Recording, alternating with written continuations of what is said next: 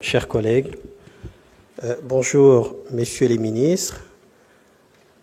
Nous nous adonnons aujourd'hui à un exercice de transparence, de reddition des comptes, et en même temps cet exercice nous permet de mesurer l'état de nos finances publiques.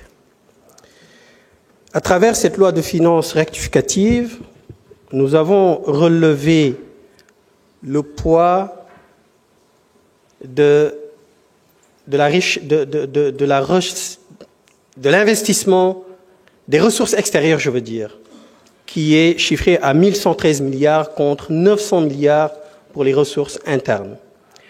Cela peut traduire à une faiblesse de notre administration. Même si à travers la loi de finances initiale 2025, vous avez parlé, ou vous nous avez annoncé des réformes au niveau fiscal, mais les réformes annoncées manquent de mesures concrètes pour leur mise en œuvre. Et nous avons vu dans un passé récent que de telles annonces, nous avons relevé un retard dans la mise en œuvre de telles mesures. Donc il serait bien, Monsieur le ministre, que vous nous précisez les mesures précises, concrètes qui seront mises en place pour la mise en place des réformes que vous avez annoncées, comme la rationalisation de l'exonération fiscale. Je vous avais parlé hier de la subvention généralisée, du carburant et de l'énergie. Une étude de la Revue française d'économie et de gestion nous renseigne que les ménages les plus aisés, les plus riches, de plus de 20% supérieurs, ont capté plus de 52% des subventions qui ont été allouées à la population en 2022. Tandis que les 40% des ménages les plus faibles n'en ont capté que 14%. D'où l'urgence à revoir cette subvention généralisée. Et vous étiez d'accord avec moi qu'il était urgent de revenir à des termes beaucoup plus adaptés. Et c'est pourquoi je vais aller plus loin.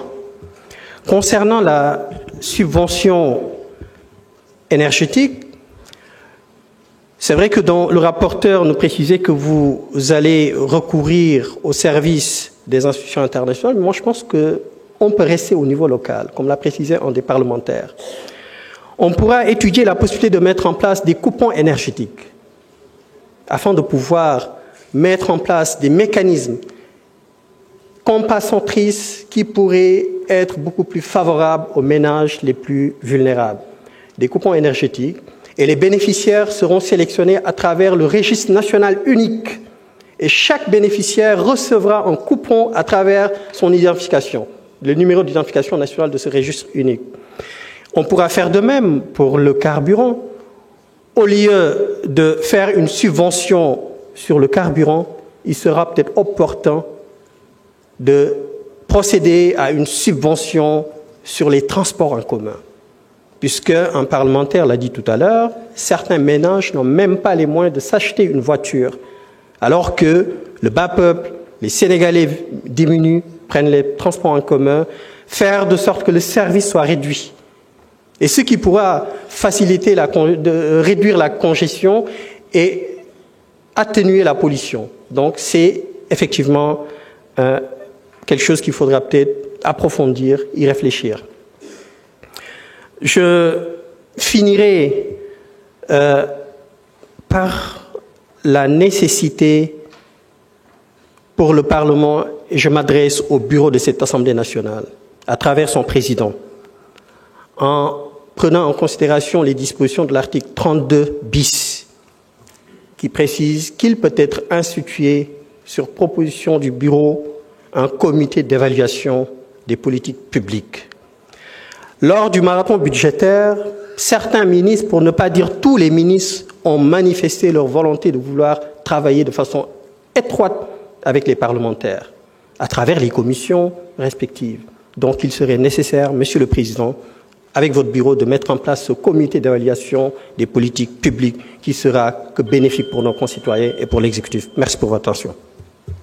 Merci beaucoup, honorable Cheikh Tidiane Youm. Donc, honorable Ousmane Ciss, vous avez la parole. Honorable Guimond Souaré se prépare.